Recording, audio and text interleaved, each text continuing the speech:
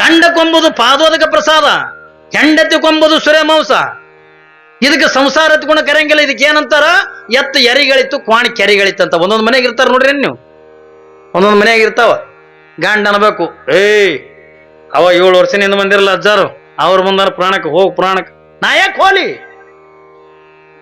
ಗಂಡಗ ಹೋಗು. ಊರಾಗ ಪ್ರೋತಿನ ಹಚ್ಚಾರ ಎಂತ ಚಂದ ಅಂದ ನೋಡಿ. ಎಷ್ಟು ಕಷ್ಟಪಟ್ಟಿಟ್ಟು ಎಲ್ಲ ತಗಡ್ ಹೊಡೆದು ಏನ್ರಿ ನೀವೆಲ್ಲ ಪಂಡಿತರಾಗ್ಲಿ ಜ್ಞಾನಿಗಳಾಗ್ಲಿ ನೀವೆಲ್ಲ ಶರಣರಾಗ್ಲಿ ತಿಳ್ಕೊಂಡೊಂದು ಏನ ಎಷ್ಟು ಚಂದ ಅಂದ ಏನ್ರಿ ವ್ಯವಸ್ಥೆ ಮಾಡ್ಯಾರ.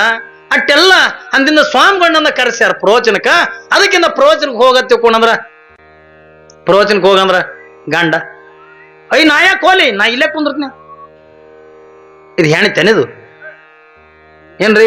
ಗಂಡ ಅನ್ನಬೇಕು ಒಂದೇ ಪ್ರವಚನಕ್ಕೆ ಹಾದಿಗಿದಿ ನೋಡ್ನಿ, ಒಂದೇ ನೀ ಪುರಾಣ ಕೇಳಕ್ ಹಾದಿಗಿದಿ ನೋಡ ತಕೊಂಡ ನಾ ಯಾಕೆ ಹೋಗ್ಬಾರ್ದತ್ತು. 5ಕ್ಕೆ ಬಂದಿಲ್ಲಿ ಕೂತ್ರಿ ಏನ್ ಮಾಡ ಒಂದೊಂದು ಇರ್ತಾವ ಮನ್ಯಾಗ. ಅಲ್ಲ ಇವತ್ತ ಚಂದಾಗಿ ರೊಟ್ಟಿ ಮಾಡೋದ್ ಗಂಡದ, ನಾ ಯಾಕೆ ರೊಟ್ಟಿ ಮಾಡ ಗಿಟ್ಟಿನೇ ಮಾಡ.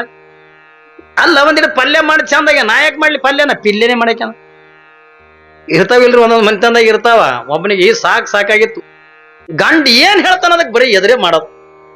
ಗಂಡ ಹೋಗ್ಬೇಡ ಅಂದ್ರೆ ಹೋಗಕ್ಕಿನೇ ಏನ್ರಿ? ಗಂಡ ಹೋಗಂದಲ್ಲಿ ಅಂದ ಹೋಲಿಕ್ಕಿಲ್ಲ. ಏನ್ ಮಾಡ್ತಾನ ಒಟ್ಟು ಅದಕ್ಕೆ ಎಲ್ಲದಕ್ಕೂ ಎದುರೇ ಮಾಡಕ್ಕೆ ಸಾಕಾಯ್ತು ಅವನಿಗೆ. ಏನ್ ಮಾಡ್ಬೇಕಪ್ಪ ಎಂತದ ಗಂಟು ಬಿದ್ದ ನನಗ ಏನ್ರಿ? ಒಂದು ಮಾತು ಕೇಳಕ್ಕಿಲ್ಲ, ಬರೇ ಎದುರೇ ಮಾತಾಡೋದು, ಬರೇ ಎದುರೇ ಬಾರಿಸೋದು. ಸಾಕಾಯ್ತು ಅವನಿಗೆ.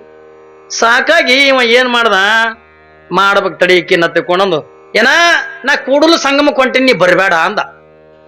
ಅಂದ್ರೆ ಬರಬೇಡ ಅಂದ್ರೆ ಬರ್ತಾಳಂದ್ ಗೊತ್ತಿತ್ತು ಅವನಿಗೆ. ನಾ ಕೂಡಲು ಸಂಗಮಕ್ಕೆ ಹೊಂಟೀನಿ, ನೀ ಬರಬೇಡ ಅಂದ. ಯಾಕ ನಾ ಯಾಕೆ ಬರಬಾರ್ದು, ನಾನು ಬರಕ್ಕಿನ. ಅವ ಮುದ್ದಮೆ ಅಂದಿದ್ದವ, ನೀ ಬರಬೇಡ ನಾ ಹೋಗ್ತೀನಿ ಅಂದ. ನಾ ಯಾಕೆ ಬರಬಾರ್ದು, ನಾ ಹೋಗಕ್ಕಿನಿ ಬರಕ್ಕಿನಿ ಅಂತಂದ್ಲು. ಬಾ ಅಂದ. ತಾನು ಸೀರಿ ಪಾರಿ ಚೀಲ್ದಾಗ ಇಟ್ಕೊಂಡು ತಯಾರಾದ. ಆಕಿನ ಕರ್ಕೊಂಡು ಕೂಡಲು ಸಂಗಮಕ್ಕೆ ಹೋದ. ಬಸವಣ್ಣವ್ರ ಐಕ್ಯ ಸ್ಥಳ ಅದಲ್ಲ, ಅಲ್ಲಿ ಕೂಡಲು ಸಂಗಮಕ್ಕೆ ಬಾದ. ಅಲ್ಲಿ 3 ನದಿಗಳು ಕೂಡ್ಯಾವ ಏನ್ರಿ? 3 ನದಿ ಕೂಡ್ಯಾವ, ಸಿಕ್ಕಾಪಟ್ಟಿ ನೀರವ ನದ್ಯಾಗ. ಆಶ್ಚರ್ಯ ಹೇಳ್ತೀನಿ, ಇವ ಏನ್ ಮಾಡ್ದ, ಅಲ್ಲಿ ಹೋಗಿ ಏನ್ರಿ ನದ್ಯಾಗಿಂದ ಇಳದೆ ಅಂದ ಈಸಾಡಕತ್ತ.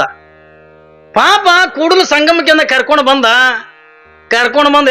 ನೀ ಒಳಗೆ ಬರಬೇಡ, ನೀರ್ ಬಾಳವ ತಗೊಂಡ್ ಹೇಳೇ ಒಳಗ್ ಹೋದಿವ ಈಸಾಡಕ್. ಈಕಿ ಅಂದ, ನಿನಗಿಲ್ಲ ನನಗೆ ಇರ್ತಾವ ನೀರ್ ಬಾಳ, ನಾನು ಬರಕ್ಕಿನಿ ಅಂದ್ಲು. ಬಾ ಅಂದವ. ಬಂದ್ಲು. ಮೊಳಕಲ್ತಾನ ನೀರ್ ಬಂದು, ಬ್ಯಾಡ ಮುಂದೆ ಬರಬೇಡ, ನೀರ್ ಬಾಳವ ಬರಬೇಡ ತವ ಗಂಡ ಅಂತಾನ.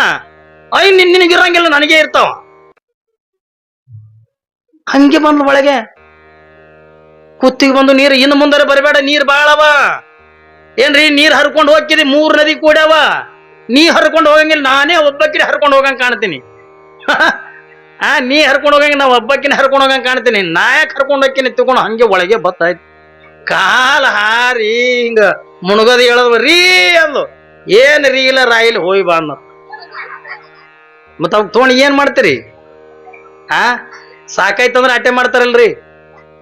ನೋಡ್ರಿ, ಗಂಡನ ವಿರುದ್ಧ ನಡೀತಕ್ಕಂತ ಗಂಡ ಹೆಂಡತಿ ಮನಸ್ಸಂತಕ್ಕಂಥ ಒಂದೇ ಇರದೇ ಇದ್ರ ಅದಕ್ಕೆ ಸಂಸಾರ ಎತ್ತುಕೊಳ್ಳೋದಕ್ಕೆ ಕರಂಗಿಲ್ಲ. ಹಿಂದೆ ಮಹಾಭಾರತದೊಳಗೆ ಒಂದು ಘಟನೆ ನಡೀತು. ಒಬ್ಬ ಬಡವ ಬ್ರಾಹ್ಮಣ ಏನ್ರಿ, ಬ್ರಾಹ್ಮಣ ವ್ಯಕ್ತಿ ಹೊಲದೊಳಗಿಂದ ಕೆಲಸ ಮಾಡ್ತಕ್ಕಂಥವ. ಹೊಲದೊಳಗಿಂದ ಕೆಲಸ ಮಾಡ್ತಿದ್ದ. ಎತ್ತುಗಳು ತಗೊಂಡ ಹೊಲಕ್ಕೆ ಅಂದ ವಾದ, ಹೊಲದೊಳಗೆ ಅಂದ ನೇಗಿಲಿ ಹೊಡ್ಯಾಕತ್ತಿದ್ದ. ಯಾರು? ಬ್ರಾಹ್ಮಣ ವ್ಯಕ್ತಿ. ಯಾವಾಗಿಂದ ಹೊಲದೊಳಗೆ ಅಂದ ನೇಗಿಲಿ ಹೊಡಿಲಿಕ್ಕತ್ತಾನ, ಈ ಕಡೆ ನಮ್ಮ ಮನ್ಯಾಗ ಹೆಣ್ತಿ ಅಂದ ಅಡಿಗೆ ಮಾಡಾಕತ್ತಾಳ. ಅವಾಗೆಲ್ಲ ದೊಡ್ಡ ದೊಡ್ಡ ಒಲಿಗಳು ನೋಡ, ಸಣ್ಣ ಒಲಿ ಇರ್ತಿದ್ದಿಲ್ಲ ಅವಾಗ. ದೊಡ್ಡ ದೊಡ್ಡ ಒಲಿ ಮಣ್ಣಿನ ಮಾಡ್ತಿದ್ರು. ಮನ್ಯಾಗಿಂದ ಹೆಣ್ತಿ ಅಂದ ರೊಟ್ಟಿ ಮಾಡಾಕತ್ತಾಳ, ಅಡಿಗೆ ಮಾಡಾಕತ್ತಾಳ. ಇವ ಪಾಪ ಬ್ರಾಹ್ಮಣ ತರುಣ ಏನ್ರಿ, ಅದೇ ಮದುವೆಗೆ ಅಂದ ಒಂದು 2-3 ವರ್ಷದ ಆಗಿತ್ತು. ಒಂದೇ ಒಂದು ಮಗು ಇತ್ತು, ಸಣ್ಣ ಮಗ. ಅದ ಅಂಬ್ಯಾಗಲ್ಲ ಚಂದ ಓಡಾಡ್ತಿತ್ತು. ಯಾವಾಗ ಇವ ನೇಗಿಲು ಹೊಡಿಲಿಕ್ಕೆ ಅಂದ ಹೊಲಕ್ಕೆ ಹೋಗ್ಯಾನಲ್ಲ, ಹೊಲಕ್ಕೆ ಹೋಗಿರ್ತಕ್ಕಂಥ ಪ್ರಸಂಗದೊಳಗ ಯಾಕೋ ಇವನಿಗೆ ತಲಿ ನೋಯ್ಲಿಕ್ಕತ್ತು. ತಲಿ ನೋಯ್ಲಿಕ್ಕತ್ತು, ಪಿತ್ತಾಗಿತ್ತೋ ಏನೋ ಗೊತ್ತಿಲ್ಲ. ಯಾವಾಗಿಂದ ತಲಿ ನೋಯ್ಲಿಕ್ಕತ್ತು, ಅವನಿಗೆ ಕೆಲಸ ಮಾಡ್ಬೇಕತ್ತುಕೊಂಡ ಮನಸ್ಸೇ ಬರ್ಲಿಲ್ಲ. ಏನಪ್ಪ ತಲಿ ಬಾಳ್ ನೋಯ್ಲಿಕ್ಕತ್ತು, ತ್ರಾಸ ಆಲಕತ್ತು ಹತ್ತಿಕೊಂಡೊಂದು ಅವ ಏನ್ ಮಾಡ್ದ, ಅವತ್ತ ನೇಗಿಲು ಹೊಡಿಯೋದನ್ನ ಬಿಟ್ಟುಕೊಟ್ಟು ಜಲ್ದಿನೇ ಅಂದ ಎತ್ತುಗಳ ತಗೊಂಡಿಂದ ಮನೆಗೆ ಬಂದ. ಮನೆಗೆ ಬರೋದ್ರೊಳಗಾಗಿ ಎತ್ತುಗಳಿಂದ ಕೊಟ್ಟಿಗೆಗಿಂದ ಕಟ್ಟಿ, ಯಾಕ್ರಿ ಇಡ್ ಜಲ್ದಿ ಬಂದಿರಲ್ಲ ಅಂದ್ರೆ, ಇಲ್ಲ ತಲಿ ಬಾಳ್ ನೋಯ್ಲಕತ್ತದ, ನನಗೆ ಬಾಳ ತ್ರಾಸ ಆಲಕತ್ತದ ಹತ್ತುಕೊಂಡ. ಯಾವಾಗಿಂದ ತಲೆ ಬಹಳ ನೋಯ್ಲಕತ್ತದೆ, ನನಗೆ ಬಹಳ ತ್ರಾಸ ಆಗ್ಲಿಕ್ಕತ್ತದ ತಂದಾಗ ಅವಾಗಿಂದ ಹೆಂಡತಿ ಅಲ್ಲೇನು ರೊಟ್ಟಿಗೆ ಹಚ್ಚಕ್ಕೆ ನೀರ್ ಇಟ್ಟಿದ್ಲಲ್ಲ ಅದೇ ನೀರಾಗಿಂದ ಕೈ ತಕ್ಕೊಂಡು ಏನ್ರಿ ಹಂಚಿ ಎತ್ತಿ ಅಂದ ಮ್ಯಾಲ ಇಟ್ಟು, ರೀ ಇಲ್ಲಿ ಬರ್ಲಿ ನಾ ಒಂದ್ರೆ ತಲೆ ಒತ್ತಿನ ಬರ್ರಿ ಎತ್ತಿಕೊಂಡು ಒಲಿ ಬಿಟ್ಟು ಸ್ವಲ್ಪ ದೂರ ಸರದಿಂದ ಕುಂತ್ಲು. ಪಾಪ ಗಂಡ ತನ್ನ ತಲಿ ಅವಳು ತೊಡೆ ಮೇಗಿಂದ ಇಟ್ಟು ಮಲ್ಕೊಂಡ. ಪಾಪ ಹೆಣ್ತಿ ಅಂದ ತಲಿ ಒತ್ತಕತ್ತಾಳ. ಯಾವಾಗಿನ ಹೆಣ್ತಿ ಅಂತಕ್ಕಂಥ ತಲಿ ಒತ್ತಲಿಕತ್ತಾಳೆ. ಹಿಂಗ ಒತ್ತುತ್ತಾ ಇರುವಂತ ಪ್ರಸಂಗದ ಒಳಗಲ್ಲಿ ಆಶ್ಚರ್ಯ ಏನಾಗ್ಯದ ತಗೊಂಡು ಕೇಳಿದ್ರ, ಅವ ಏನು ತಲಿ ಒತ್ತಲಿಕತ್ತಿದ್ಲಲ್ಲ ಗಂಡಗ ಆಕಿನ ತೊಡೆ ಮೇಲೆ ನಿದ್ದೆ ಎತ್ತಿ ಬಿಟ್ಟ. ತಲಿ ಹಿಂಗೆ ತೊಡೆ ಮೇಲೆ ಇಟ್ಟಾಳೆ, ಹಿಂಗ ಒತ್ತಾಕತ್ತಾಳ. ಒತ್ತುವಂತ ಪ್ರಸಂಗದೊಳಗ ಅವನಿಗೆ ಏನು ಹಗರ ಅನಿಸ್ತು ಏನೋ, ಒಟ್ಟಾರೆ ಅವನಿಗೆಂದ ಅಲ್ಲೇ ನಿದ್ದೆ ಎತ್ತಿ ಬಿಡುತ್ತೆ. ಯಾವಾಗಿಂದ ಗಂಡನಿಗೆಂದ ನಿದ್ದೆ ಎತ್ತದೆ, ಇವಳು ತಲಿ ಒತ್ತದಿಂದ ಬಿಟ್ಟಿಲ್ಲ, ಗಂಡನಿಗೆಂದ ಎಚ್ಚರಿಲ್ಲ, ಗಂಡಗ ನಿದ್ದೆ ಎತ್ತಿ ಬಿಟ್ಟದೆ. ಅದು ಏನು ಸಣ್ಣ ಮಗ ಏನಿತ್ತಲ್ಲ ಅದು ಆಡ್ಕೋತದ ಒಲೆಯಾಗಿನ ಬೆಂಕಿ ಕಾಣ್ತಿತ್ತಲ್ಲ, ಅದು ಕೆಂಪಗಿಂದ ಕಾಣಕತ್ತದ. ಅದನ್ನ ಆಟಿಗೆ ಸಾಮಾನ್ಯ ಮಾಡಿ ಅದು ಹುಡುಗ ಅಂಬ್ಯಾಗ ಎಲಚ್ಕೊಂಡು ನಡ್ಕೊಂತ ಒಲಿ ಕಡೆ ಬರಕತ್ತ. ಯಾವಾಗಿಂದ ನೋಡ್ತಾಳೆ ಹೆಣ್ಮಗಳು, ಯಾವಾಗಿಂದ ಹೆಣ್ಣು ಮಗಳಿಂದ ನೋಡ್ತಾಳೆ, ಅಯ್ಯೋ ನನ್ನ ಕೂಸಂದ ಈ ಕಡೆ ಒಲಿ ಕಡೆಯಿಂದ ಹೋಗ್ಲಕತ್ತದಲ್ಲ, ಒಲೆಯಾಗಿಂದ ನಿಗಿ ಸುಡ್ತಕ್ಕಂತ ಬೆಂಕಿ ಏನ್ರಿ ಎಲ್ಲಿ ನನ್ನ ಮಗನ ಸುಟ್ಕೋತದೇನ ತಿಳ್ಕೊಂಡು ಮನಸ್ಸಿನಾಗ ಅಂತಾಳ ಖರೆ. ಆದ್ರ ಗಂಡಿಗೆಂದ ಎಬ್ಬಿಸಿ ಹೋಗಿ ಮಗನ ತಗೊಳ್ಳಿಕ್ಕೆಂದ ಆಗಲಿಲ್ಲ. ಯಾಕ ಅಪ್ಪಿ ತಪ್ಪಿ ನನ್ನ ನಿದ್ದೆ ಎತ್ತಿರ್ತಾಗ ನನ್ನ ಗಂಡಗ ಸ್ವಲ್ಪ ನಾನು ಎಚ್ಚರ ಮಾಡಿದ್ನಿ ಎತ್ತಿಕೊಂಡಂದ್ರ ಅವನ್ ನಿದ್ದೆ ಕೆಡಿಸಿರ್ತಕ್ಕಂಥ ಪಾಪ ನನಗೆ ತಡ್ತದಲ್ಲ, ನನ್ನ ಪತಿರುತ ಧರ್ಮ ಹಾಳಕ್ಕದಲ್ಲ ಎತ್ತಿಕೊಂಡಂದು ಏನ್ರಿ ಮನಸ್ಸೊಳಗಿಂದ ತೀರ್ಮಾನ ತಗೋತಾಳೆ. ಮಗ ಸತ್ರ ಸಾಯಿಬಲ್ಯಕ ನಾನು ನನ್ನ ಗಂಡ ಪ್ರೀತಿಯಿಂದಿದ್ರ ಇಂಥ 10 ಮಕ್ಕಳನ್ನ ಹಡಿಲಕ್ ಬರ್ತದ ಅಂದ್ಲಕ್. ಏನ್ರಿ ನಾನು ನನ್ನ ಗಂಡ ನಾನು ಪ್ರೀತಿಯಿಂದಿದ್ದೀವಿ ಎತ್ತಿಕೊಂಡಂದ್ರ ಇಂಥ 10 ಮಕ್ಕಳನ್ನ ಹಡಿಲಿಕ್ಕೆ ಅಂದ ಬರ್ತದೆ. ಒಂದು ಒಳ್ಳೆಂದ ನನ್ನ ಗಂಡನ ನಿದ್ದೆ ಕೆಡತು ಹತ್ತಿಕೊಂಡ್ರ, ಒಂದ್ ಕಡೆಗೆ ನನ್ನ ಪತಿವ್ರತ ಧರ್ಮ ಹಾಳಾಕದೆ, ಇನ್ನೊಂದು ಕಡೆಗೆ ನನ್ನ ಗಂಡನ ಮನಸ್ಸಿಗೆ ನೋವಾಕದೆ. ಅರ್ನಿದ್ದೆ ಆಯ್ತು ಅಂದ್ರೆ ಮತ್ತಿಟ್ಟಿಂದ ತಲೆ ನೋಯ್ತದಲ್ಲ, ಯಾಕೆ ನನ್ನ ಮಗ ಸತ್ರ ಸೈಯಲ್ದಕ್ಕ ನನಗ ಬದುಕಿ ಚೆನ್ನಾಗಿದ್ದೀವಿ ಹತ್ತಿಕೊಂಡ್ರ ಇಂಥ 10 ಮಕ್ಕಳಿಂದ ಹಡಿಯಲಕ್ಕೆ ಬರ್ತದ ತಂದು ಹೆಣ್ಣು ಮಗಳು ಗಂಡನ ಎಬ್ಬಿಸ್ಲಿಲ್ಲ.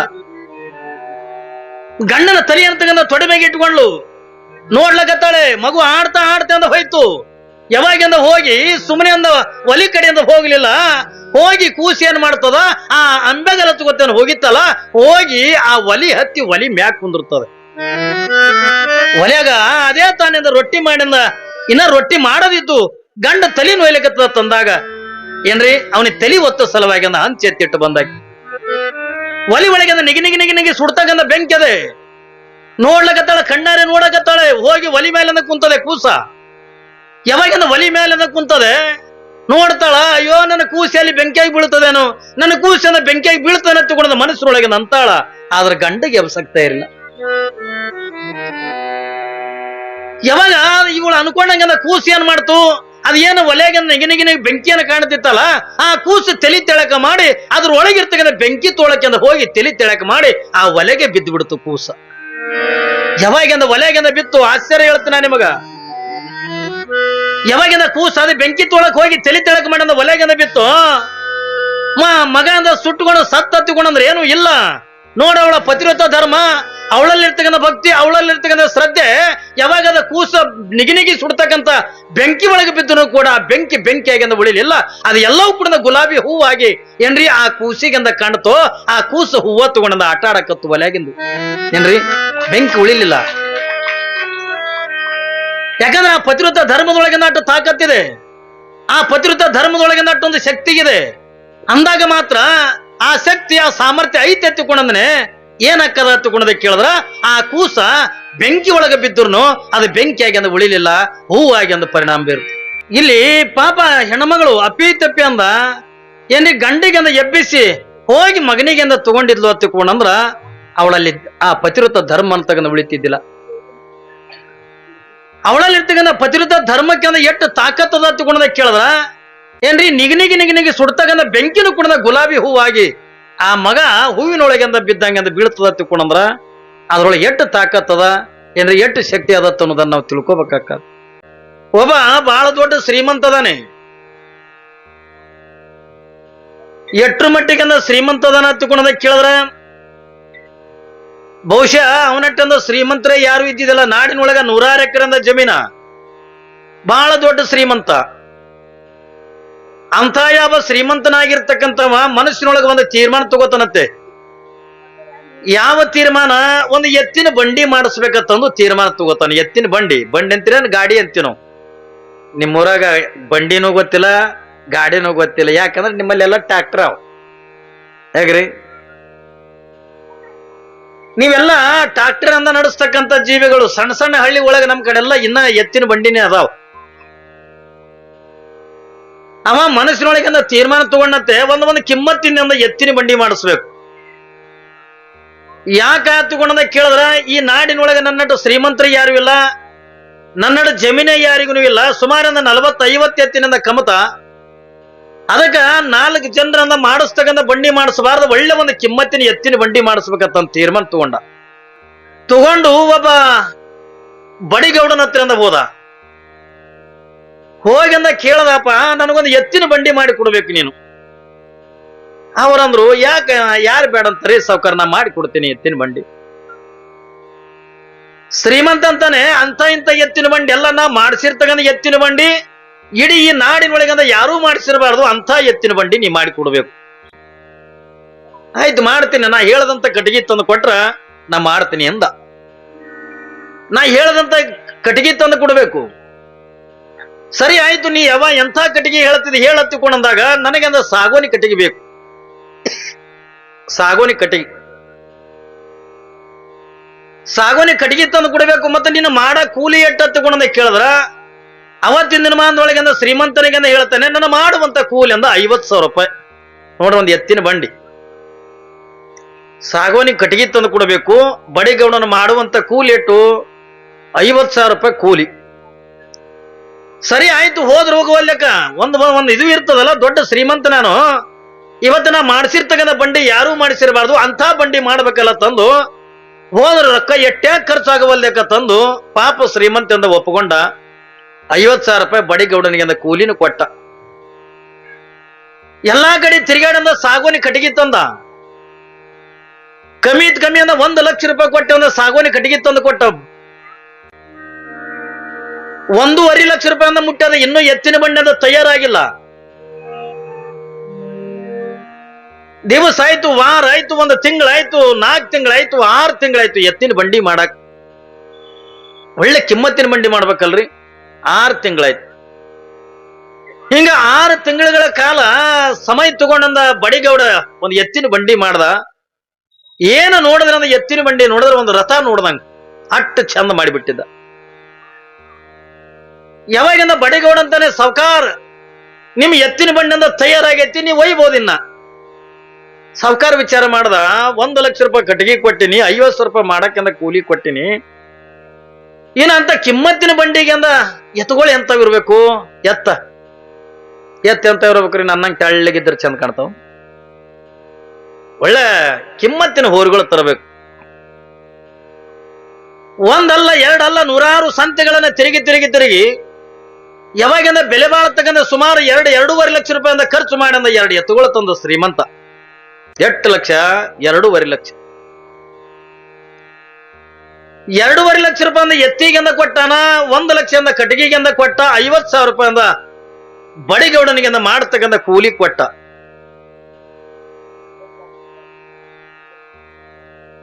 ಸುಮಾರಾಗಿ ಒಂದು ಎತ್ತಿನ ಬಂಡಿಗೆಂದ ಹೊರಡಬೇಕಾದ್ರ 4 ಲಕ್ಷ ರೂಪಾಯಿ ಖರ್ಚಾಗಿತ್ತು. 4 ಲಕ್ಷ ರೂಪಾಯಿ. ಎಲ್ಲ ಊರಾಗಿನ ಜನ ಅಂದ್ರು 4 ಲಕ್ಷ ರೂಪಾಯಿ ಖರ್ಚು ಮಾಡಂದ ಸಾವ್ಕಾರ ಎತ್ತಿನ ಬಂಡಿ ಮಾಡಿಸನತ್ತ.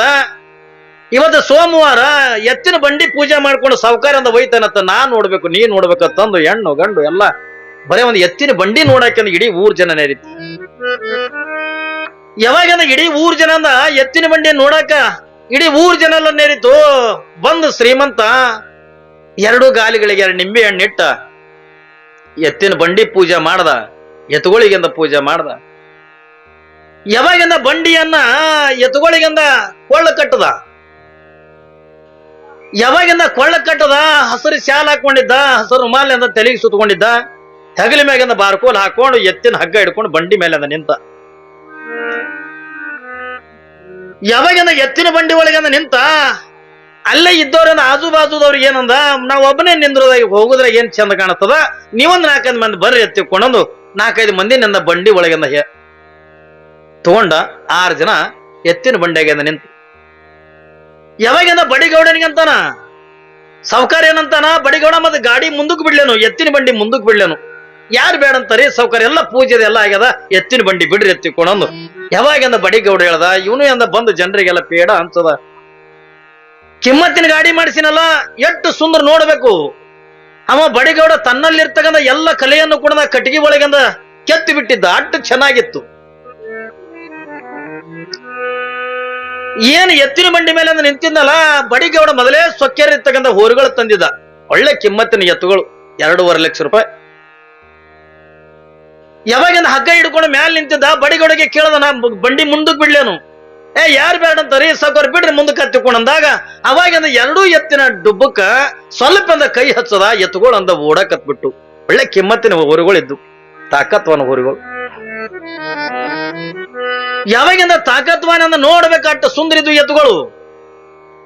ಯಾವಾಗಿಂದ ಎತ್ತಿನ ಬಂಡಿಯಿಂದ ಮುಂದಕ್ಕೆ ಬಿಟ್ಟ, ಎತ್ತಿನ ಡುಬ್ಬಕ್ಕೆ ಅಂದ ಕೈ ಹಚ್ಚದ, ಎತ್ತಿನ ಬಂಡಿಯಿಂದ ಮುಂದಕ್ಕೆ ಹೋಗ್ಲಕತ್ತು.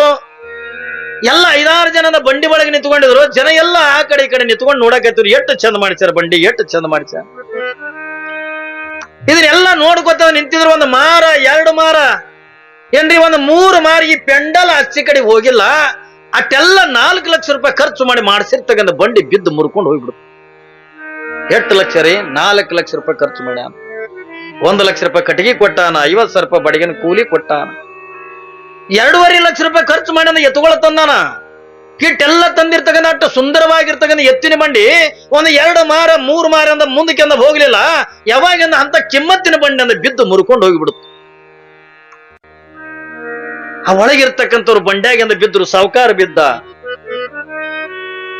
ಯಾವಾಗಿಂದ ಅಯ್ಯೋ ಎಷ್ಟು ಚಂದ ಮಾಡಿಸ್ಯಾರ, ಎಷ್ಟು ಚಂದ ಮಾಡಿಸ್ಯಾರ ತಗೊಂಡ ಏನು ವರ್ಣನ ಮಾಡ್ತಿತ್ತಲ್ಲ ಜನ. ಅದು ಏನು ನಿಂತ್ಕೊಂಡು ನೋಡ್ತಕ್ಕಂಥ ಜನ, ಯಾವಾಗಿಂದ ಬಂಡಿ ಬಿದ್ದು ಮುರ್ಕೊಂಡು ಹೋಗಿಬಿಡ್ತು. ಜನ ನಗಲಿಕ್ಕತ್ತು, ಅಪಮಾನ ಆಗಿಬಿಡ್ತು. ಸಾವ್ಕಾರ್ಗ ಅಪಮಾನ ಆಗಿಬಿಡ್ತು. ಏನು ತಪ್ಪಿನಿ, ಯಾಕೆ ನನ್ನ ಎತ್ತಿನ ಬಂಡಿಯಿಂದ ಬಿದ್ದು ಮುರ್ಕೊಂಡು ಹೋಯ್ತು? ಕಿಮ್ಮತ್ತಿನ ಬಂಡಿ ಇಟ್ಟೆಲ್ಲ ರೊಕ್ಕ ಖರ್ಚು ಮಾಡೀನಿ, ನಾ ಏನು ತಪ್ಪಿನಿ, ಯಾಕೆ ಬಂಡಿಯಿಂದ ಬಿದ್ದು ಮುರ್ಕೊಂಡು ಹೋಯ್ತು? ಎಲ್ಲರಿಗೂ ಕೂಡ ಕೇಳ್ತಾನೆ, ಯಾರು ಹೇಳಕ್ತಾ ಇರಲಿಲ್ಲ. ಯಾವಾಗಿಂದ ಬಡಿಗೌಡನಿಗೆ ಕೇಳ್ತಾನ, ಬಡಿಗ ಮತ್ತೆ ನಾ ಏನ್ ಗಾಡಿ ನಡೆಸೋದ್ರೊಳಗೆ ನಾ ಏನ್ರ ತಪ್ಪಿನಿ ಏನು ಅಂದ.